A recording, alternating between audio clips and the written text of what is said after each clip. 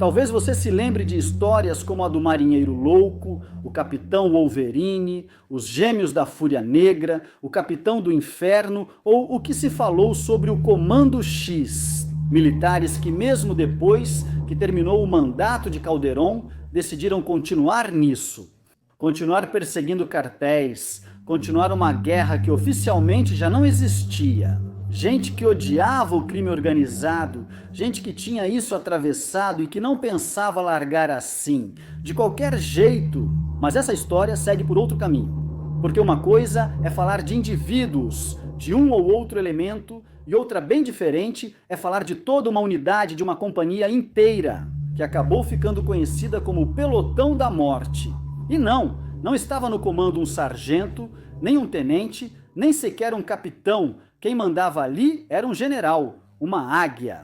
Esse apelido não foi dado por exagero, nem para parecer interessante. Eles ganharam por causa do que faziam. Era uma unidade que operava com armas oficiais, veículos do exército e com informações que vinham direto da inteligência. Tudo estava em ordem, no papel, tudo parecia normal por fora, mas nem sempre era usado como deveria ser.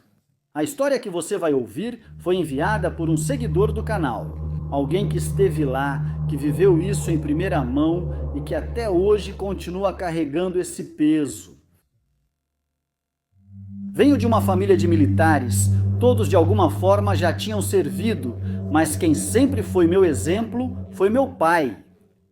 Ele entrou para o exército mexicano sendo praticamente um garoto. Com apenas 16 anos e com o passar do tempo, chegou a ser instrutor no Heróico Colégio Militar. Eu cresci lá por um tempo e quem já viveu no Heróico sabe como é esse ambiente.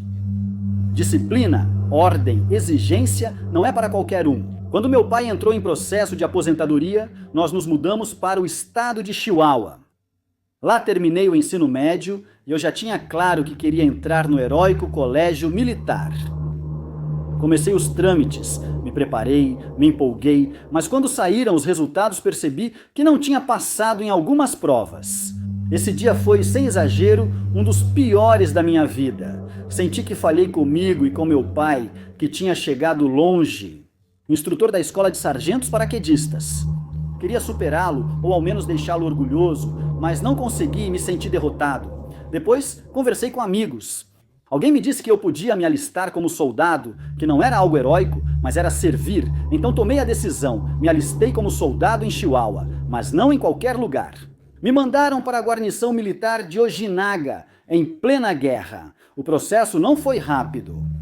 Por 2 ou 3 meses, toda sexta no mesmo horário, eu perguntava: "E aí, como está meu alistamento?" O soldado de guarda já me conhecia tanto que parou de pedir minha identificação, até que um dia me disseram que já estava pronto.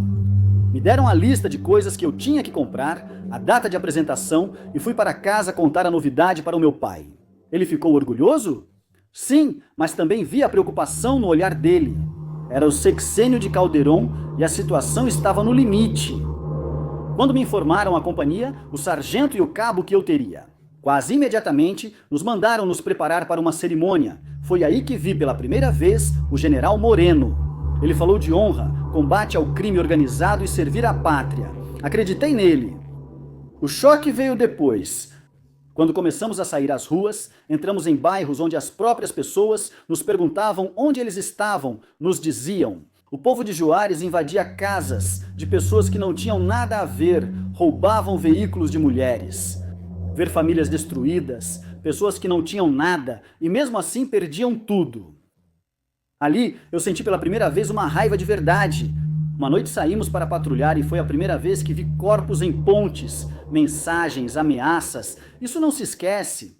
Dias depois, o comandante indicou possíveis casas de segurança da linha. A primeira vez que estouramos uma foi em Mazolímpio. Havia 22 pessoas de todas as idades dentro. O mais jovem estava bem. O garoto nem tinha bigode. Por ordem do general Moreno, todos foram levados para instalações militares. Achei que fazíamos o certo, mas então começou algo que nunca me disseram. No treinamento, a ordem era obter informações. Toda a companhia participou durante 8 ou 9 horas. Os métodos eram molhar os cabos, gritos. Muitos ficaram com medo, alguns apanharam, eu vi vários que já não respondiam. Depois de mais de 12 horas, o general voltou, deu a ordem de colocá-los nos veículos ainda e os levaram para uma fazenda. Lá, entendi que não era a primeira vez que faziam isso de forma clandestina. Na volta, eu vi as famílias procurando por eles, colando cartazes de "Procura-se". Vi um alerta Amber nas notícias. Amber Del Moro, mais jovem. Enquanto isso, policiais fazem bloqueios nas estradas, como se algum dia realmente revistassem um veículo militar. Com o tempo, notei ordens sem sentido e movimentos estranhos, até perceber o pior.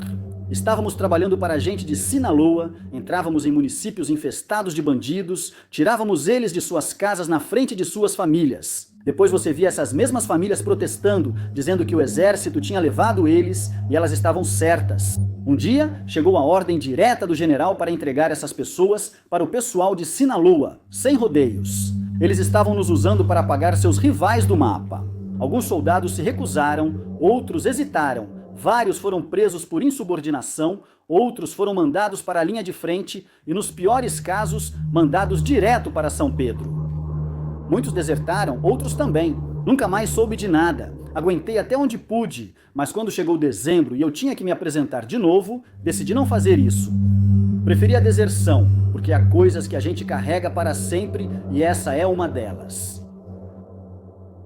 Como você pode ver, no final tudo isso deixa um peso que é maior do que qualquer uniforme ou patente. A gente entra achando que as coisas são claras, que existem ordens, hierarquias, que o bem e o mal estão bem definidos. Mas quando você já está lá dentro, descobre que nem sempre é assim, que há momentos em que a linha se apaga, em que as ordens já não são dadas, pensando não na pátria, mas em interesses nunca declarados. Aqui não se fala de um soldado que se desviou, fala-se de como uma unidade inteira foi arrastada a fazer coisas que jamais imaginou, usando armas oficiais, veículos oficiais, informações oficiais, mas para fins que não tinham nada de oficiais. E quando quem dá a ordem é um general, a palavra escolha simplesmente deixa de existir.